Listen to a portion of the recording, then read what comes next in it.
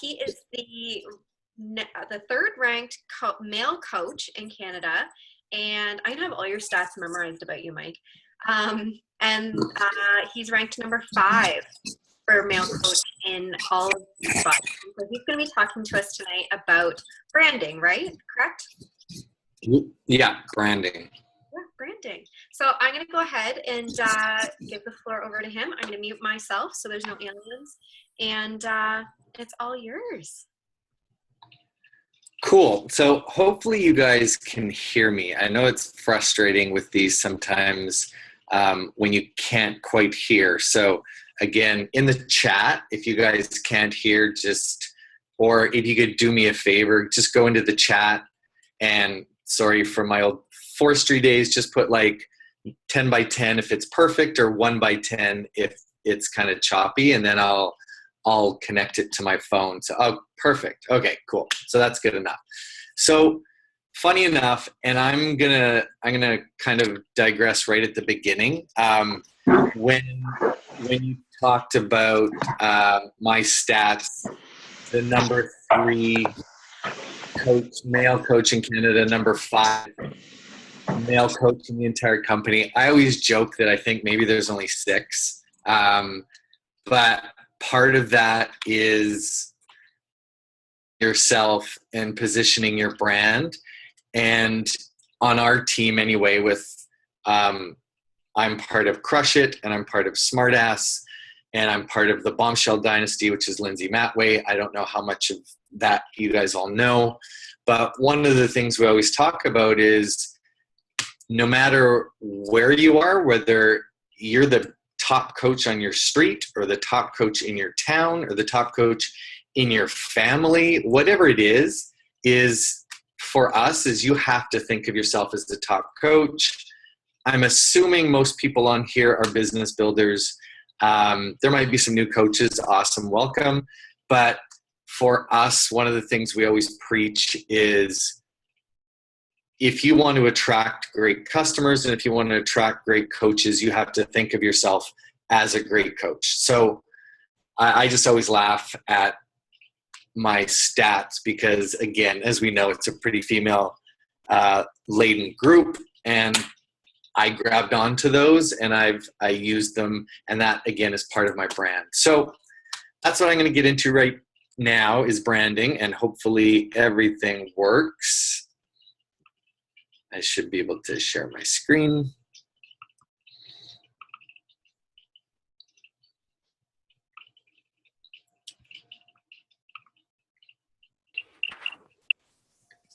And if someone can really quickly unmute themselves, just give me a yes, I can see that. Yeah, you're good there, Mike. We can see. Looks great. Cool. Awesome. So I have a background in business. I formerly was a franchisor for a chain of pet stores across Canada, and I did part of the branding part of it as far as magazine ads, et cetera, et cetera. I don't have a background in it. I'm not trained in it. It was all kind of self-taught. So for me, branding is relatively important, and we definitely, and on our team, I think right now we have 4 or 5 of the top 30 coaches, ranked coaches in the entire company. And it's definitely a different culture. Again, it's all I know, but I know we attract more business-minded people. So for us, we deal a lot with business-based team calls. So one of the ones I've done tax team calls for our team because for me, that's a way I actually also attract people is as a home-based business. I think this is one hands down the most amazing business there is. I apologize because I don't know all your backgrounds and I'm probably going to offend some people, but I would never open a retail store again in a million years if you paid me. The risk is too high. The lack of freedom, it's just, I've done it all. I've been a teacher for 10 years. I ran 23 pet stores for about 12 years. And this to me is the ideal job. So to get right into it, yes, you are a brand, even if you're an individual. And we're going to get into a little bit what branding means. Sometimes it's misconceived as one thing, whereas you yourself are a brand, as opposed to when we're talking about Starbucks necessarily, or Apple or something like that.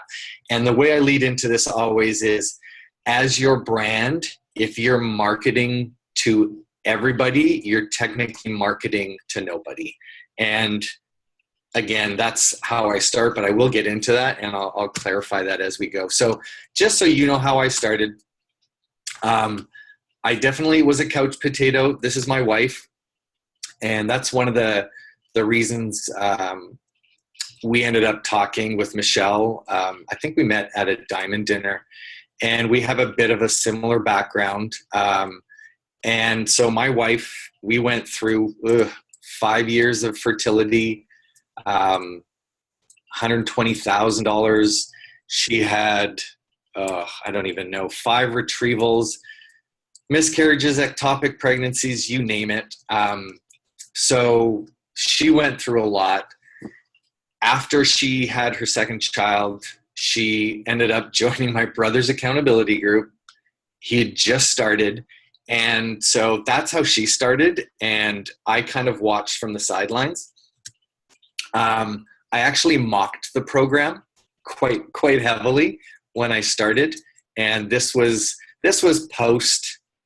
actually the day I decided I was going to do it, but I didn't even tell my wife. I had her do these funny pictures, and later I added the text to it. But I have severe arthritis in my right knee. I'm technically waiting for a total knee transplant, and that was always my excuse, is no, you don't understand. Because I tried P90X.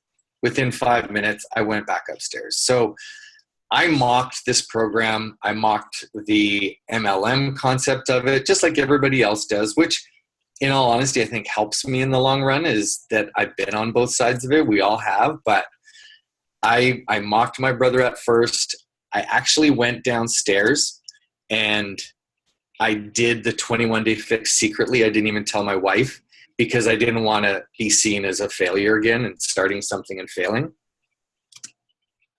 So I gave it a go. Kat on the videos was my best friend, and it actually worked.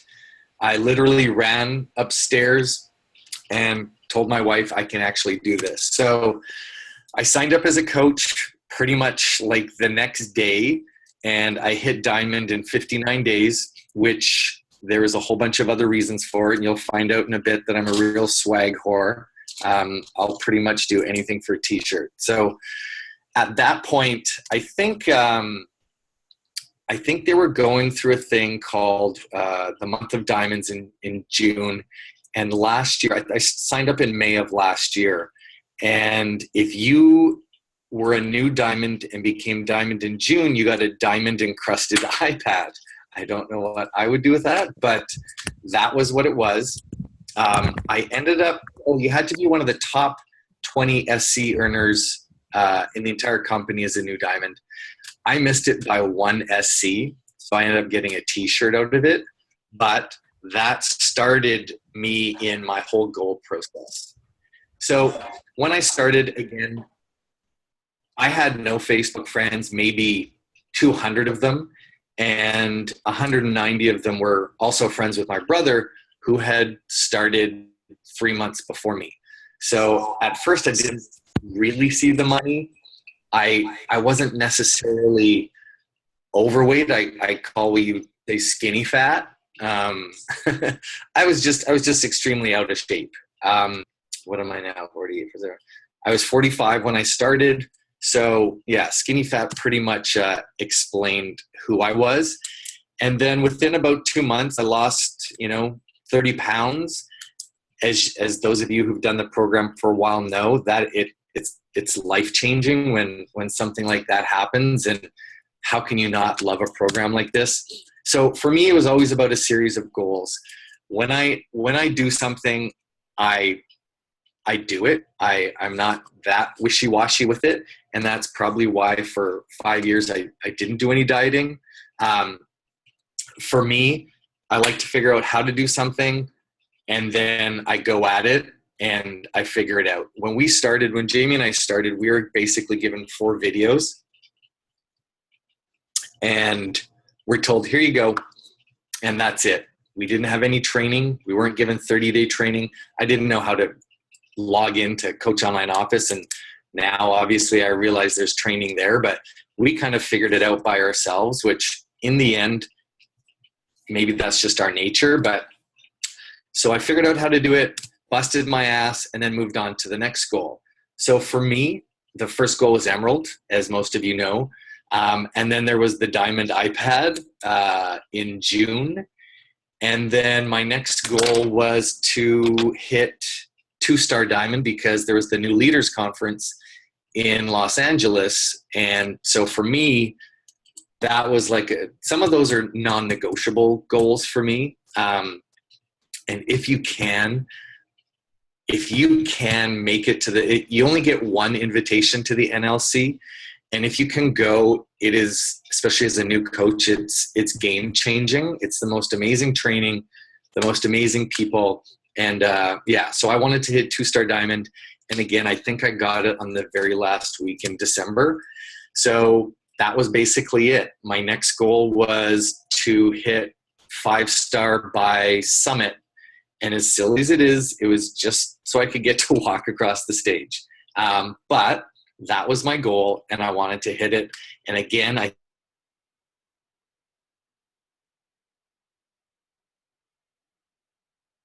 doing 5-star, there's these bonus periods, and today or tomorrow is technically the last day. So everything's chaotic in my life right now. But that's why I kind of planned Windsor tonight. So for my wife, she's a huge part of this for us and for our brand. She does actually the majority of the graphics for us. We put a lot of effort into the graphics. To me, it's a representation of who we are. It's a representation of quality. What people see, what you put on Facebook, they remember a lot of it. And for us, putting out quality is super important for us.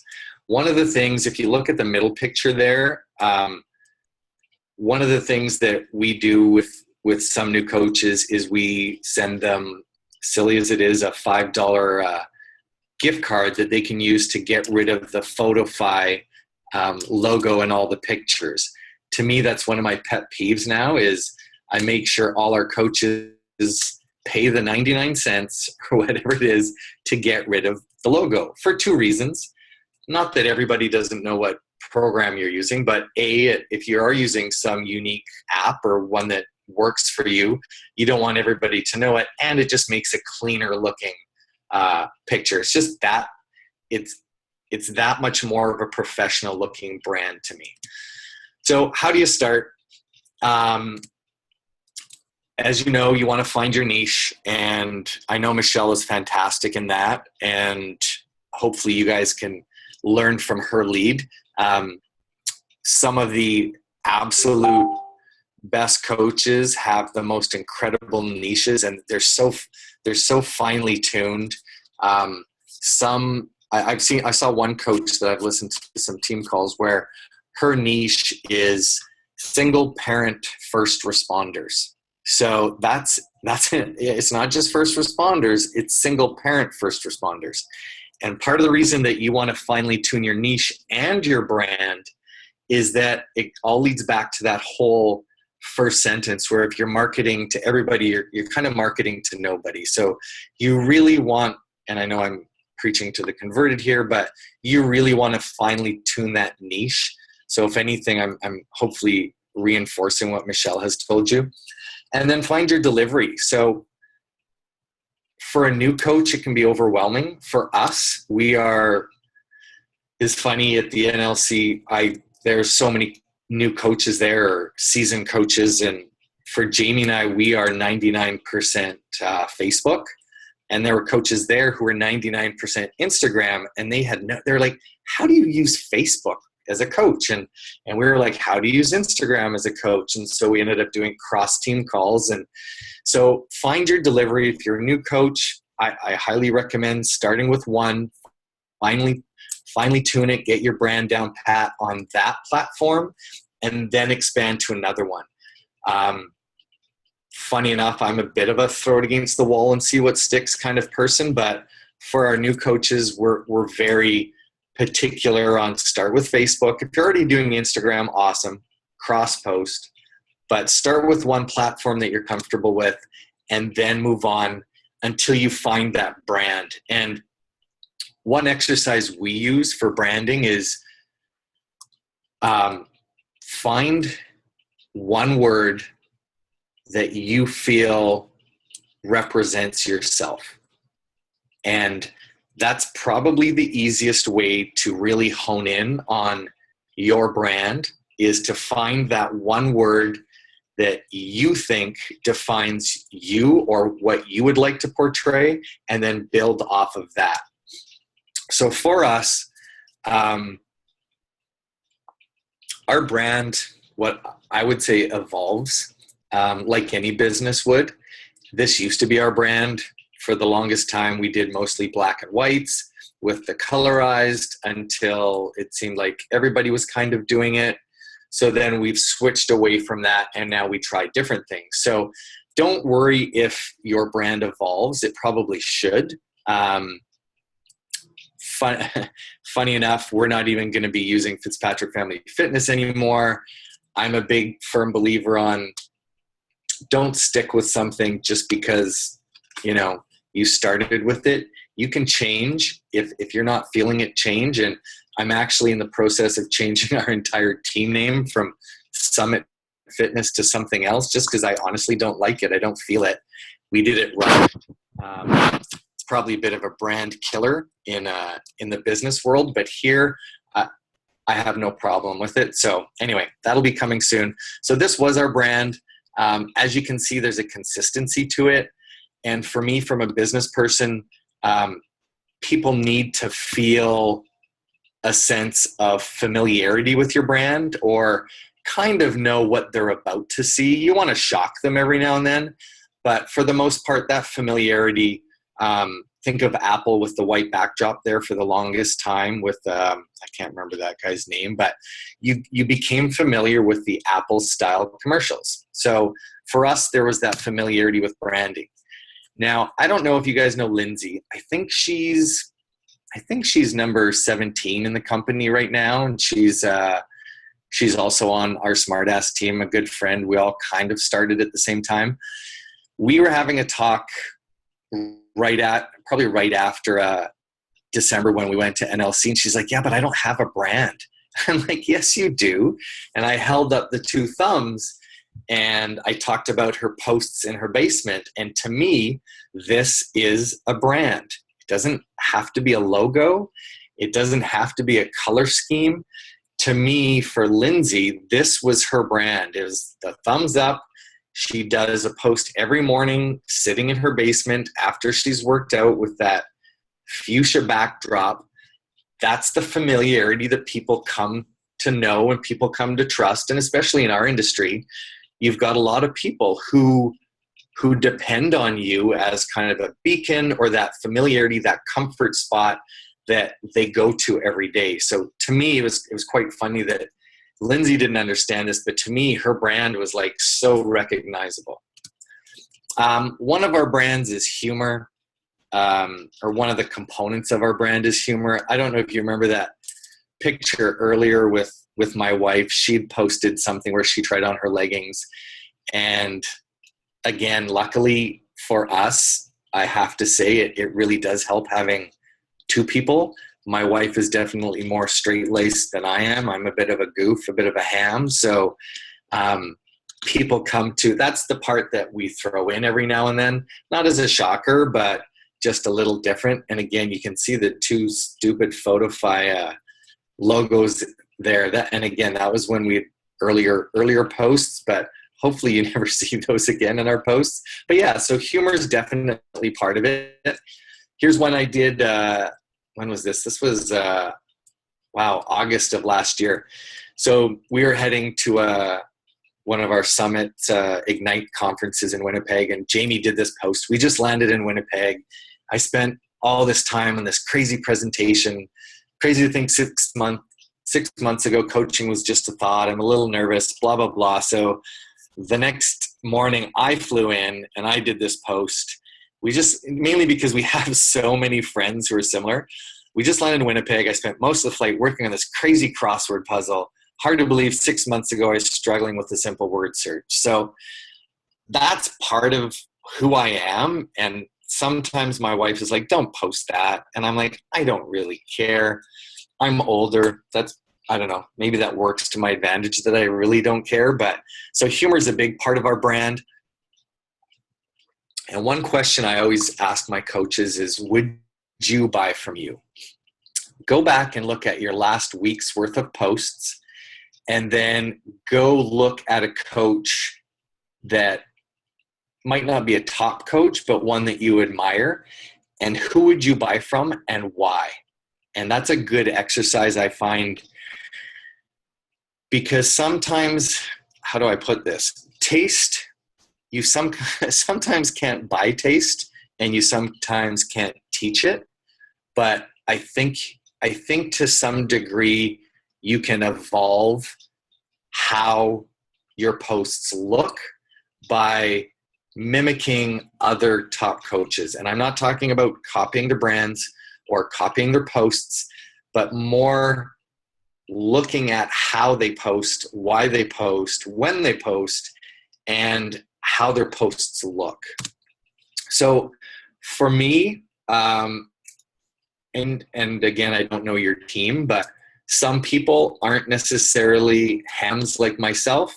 My wife, again, very uber conservative. She's a grade 1 teacher, definitely a concrete sequential person. So one of the things I always ask my coaches is, would people know you're a coach? If not, that's your first problem. Your brand needs to portray that you are actually running a business.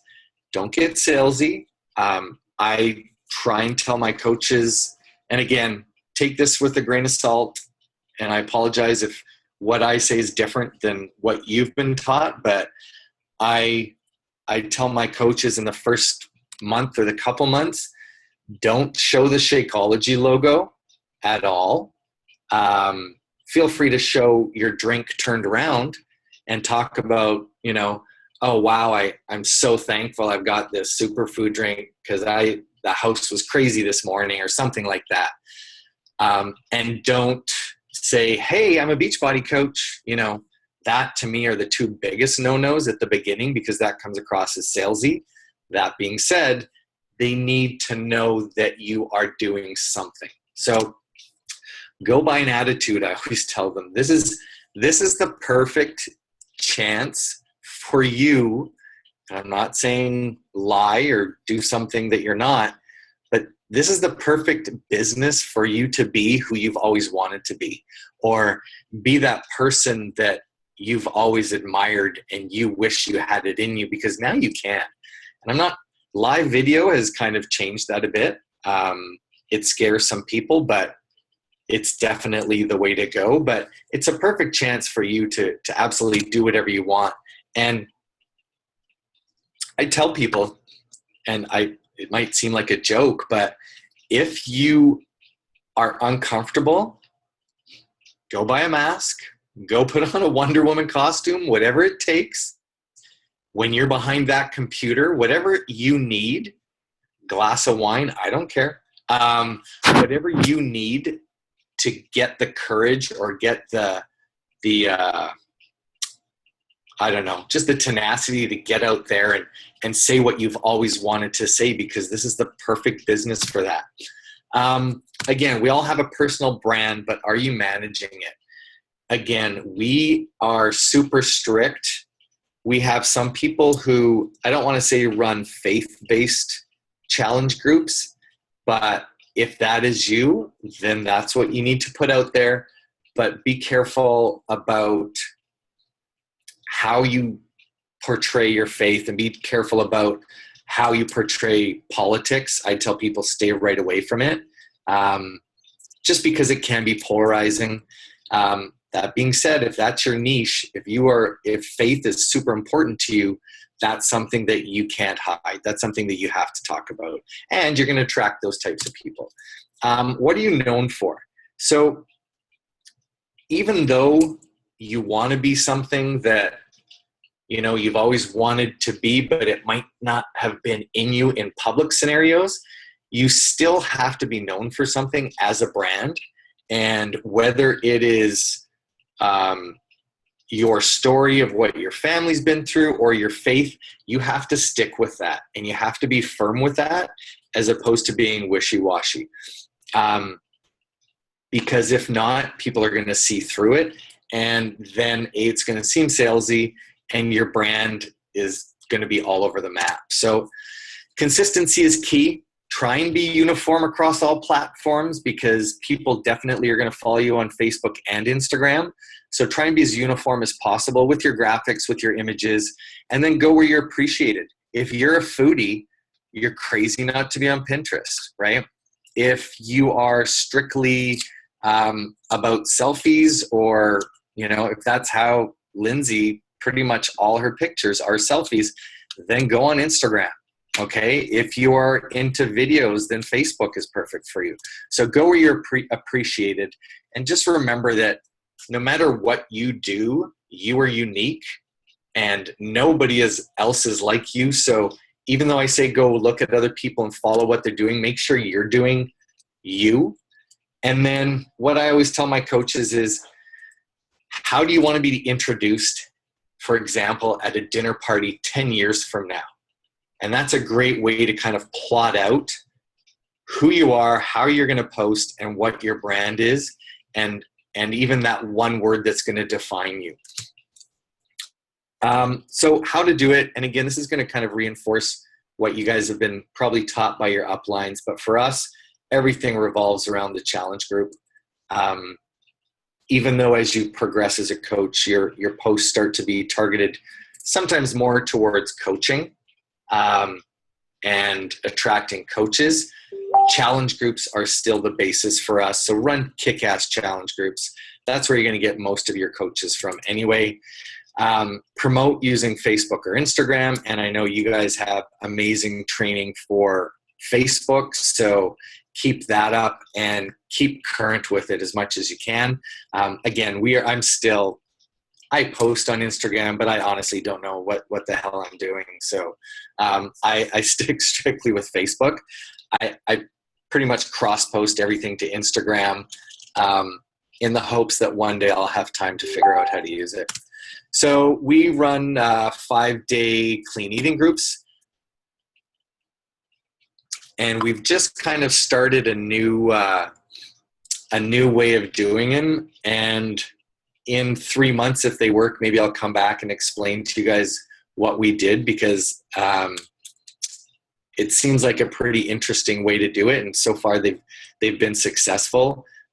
It's more or less running ongoing groups, but just a few things we've tweaked. So every month we run clean eating groups, and each coach does their own. We don't do group coach groups with them. 5-day sneak peeks. Hopefully you guys do those. I'm assuming you do. If you don't, you should. We run them every month like clockwork, and then attend events. To me, that's a no-brainer, especially if you're a new coach. Even if you are thinking about it, you go to an event, a Super Saturday, anything, and to me, those are game changers. So, and the last one, participating team cup. Those are the ones that I find really, really take off the business, especially like this last one. So I'm just going to get into some really quick tips. Where's the time? Oh, we've got time. So I'm just going to get into a couple quick tips that I tell my coaches, or sometimes I do and they still don't listen. But for your brand, please use a filter on your pictures. Not all of them, but please use a filter. We have a whole, obviously, app training that our coaches go through, from Insta Beauty to obviously Pick, Play, Post, Photify, And then a couple new ones. But yeah, definitely use a filter. I wonder if I can go forward and back using this. Yeah, same picture, right? For the most part, you add a filter and add some text, and you've got a horrible family picture. Two, you blur out the outsides, boost up the color, add the text, and you've got a bit more of an appealing image. So one last little pet peeve of mine that I can tell you guys, because I won't insult you because you're not my coaches, but is when people use text, and not all the time, but when they use text and don't add a shadow around the edge of the text so that you can't really see it or it bleeds into the image. I'll see if I can find one for you. Again, not a bad picture at all, but you boost it up, add some text, and to me, it's just a world of difference. Maybe that's just our brand. And again, coaches, all of us coaches on our team, we can pretty much pick out, because we use similar programs, exactly what filters and programs the other coaches are using. Sometimes we play a little game and try and guess. Fine, the picture's great, nothing wrong with it. Add a filter, add some text, and it just boosts it up that much more. So again, don't use it all the time. I might overuse filters, but again, decent picture, nothing wrong with it. Add a filter and some text, and to me, that's more magazine worthy. And for me, if I put that out, I don't want to say I'm embarrassed, but to me, that's not a fantastic picture. And maybe that just comes down to taste, and art is different, but to me, that's not. So again, Angel and I spend a fair bit of time with filters, with cropping, with making sure, and I know girls are worse than guys. I'm one take Tommy most of the time. She's, 20 take Tammy. So same picture on the left and the right, add some filters. It just really, I don't know if it cartoonizes it, but it just makes it pop that much more, and to me, looks like a more professional brand as opposed to just a standard picture. And whether it gets me more challenge packs or not, I think in the end, if you take that, and this, it maybe took me 1 minute to, change the picture, but I honestly think it represents your brand far better if you spend that time, find the filters that you like, use them on a consistent basis. It's a slightly different picture, but you get the idea on the left, and then you boost it up on the right. There's so many great apps out there. I feel sorry for graphic artists these days, because you can take a dimly lit picture, boost it, and it turns into this amazing picture. So that was my daughter on the left. Again, cool picture. I think it sat in my phone for maybe 10 months. And then this summer, I just finally, I keep a file of pictures that I love, but I don't know how to use them on my phone. I create a new folder.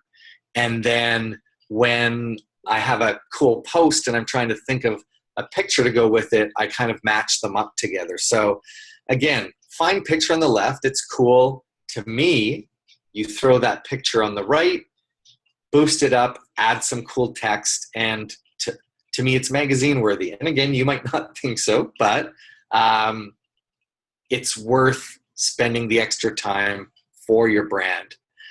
These are two again, and you can sort of see, you can tell I've been using the same program, and we've gone away from the black and whites to this program. It's a little bit different. That's my other son on the far left. He's like the total miracle baby, Michelle.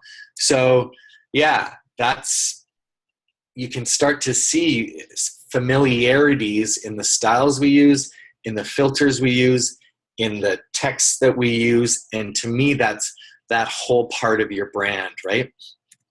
And the last thing I'm going to leave you guys with are 3 of my favorite books. I don't know how many of you went to Summit.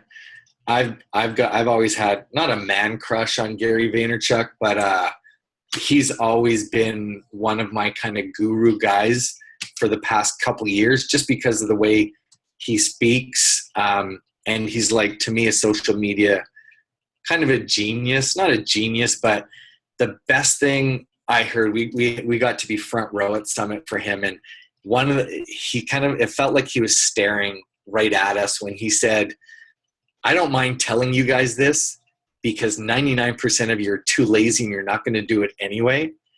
And that's one of the reasons why I love what he does, because he tells you what he does, mainly because A, get some followers, and B, he knows most people aren't going to do it. So, and the second one is utility. And the third one, I'm a big fan of Seth Godin. I don't know if you've read Tribes, but those are three of mine that kind of cross different areas as far as personal development.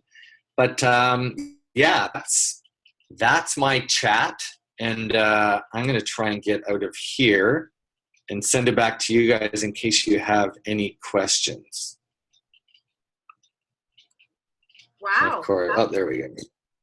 That was an incredible presentation, Mike. I have so many tidbits, guys, that I took away from that. I'm so glad that Danielle recorded that. Because I've got a whole whack of notes here ready to go. I probably talked way too fast, but. No, actually, that was perfect. I was jotting notes. It's recorded, so we can go back and listen again. Does anybody have any questions? I don't see anything in the chat, but it's an opportunity to ask some questions. I have a question. Yeah. I can't tell you. There's some things that I'm sworn to blood on, but go ahead. Thanks so much, by the way, Mike. That was amazing.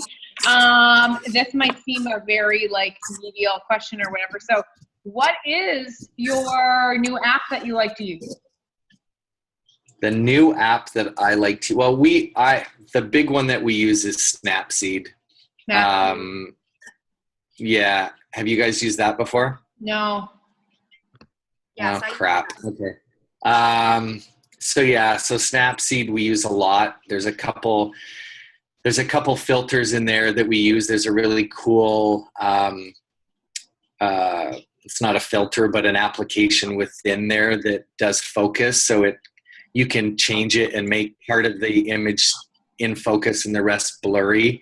I find that great for focusing on particular parts of your picture that you obviously want to focus on. But yeah, it does some crispness. It can brighten things up. It adds, you can crop with it, do a bunch of things. So Snapseed that's the one we always joke about. Within Snapseed, we quiz each other saying, well, you look like you used the drama filter and then you used speed. And then I can tell that you used, so yeah, that's probably one of the big ones. There's another program that's expensive that we've bought called MacFun, MacPhun, and it's not as hard as Photoshop. It's kind of in between a phone app and Photoshop. So, but yeah, that we enjoy.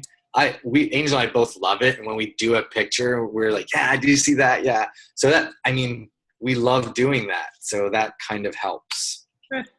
That's awesome. Thanks.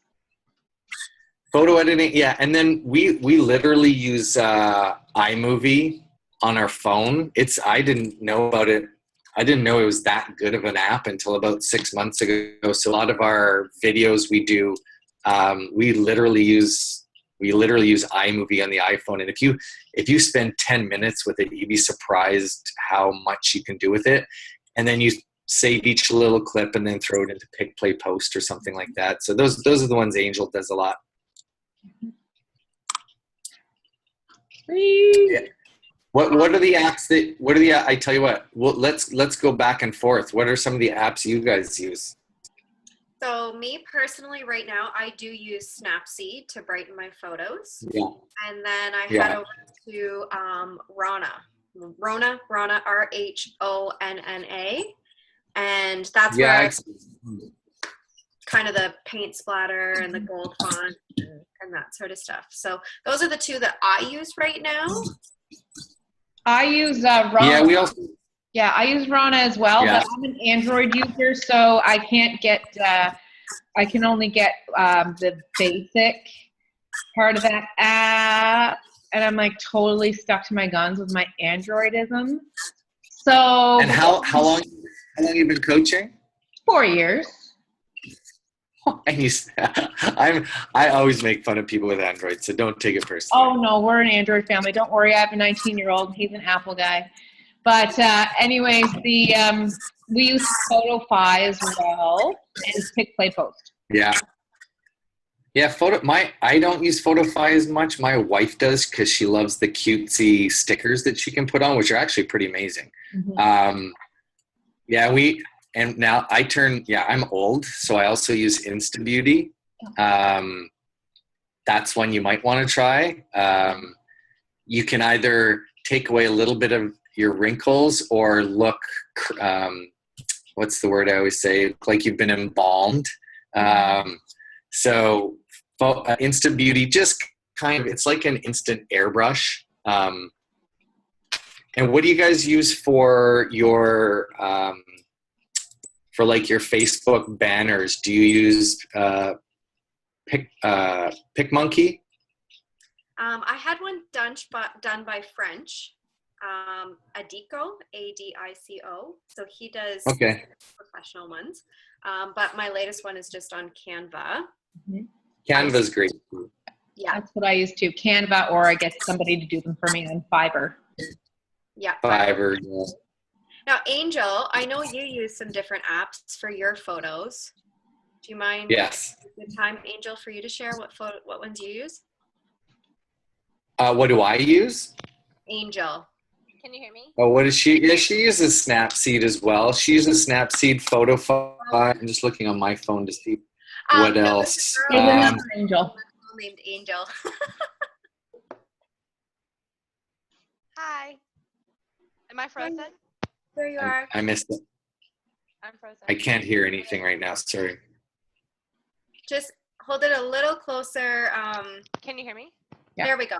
Yay. All right. Yeah. Hi, I'm Angel. I love your wife's name. Oh, I see. Sorry. So the apps I use, a few of the ones that were already mentioned, InstaBeauty, PhotoFi occasionally. PhotoGrid is one of the ones that I use a lot, and I know that it's available on Apple and on Android.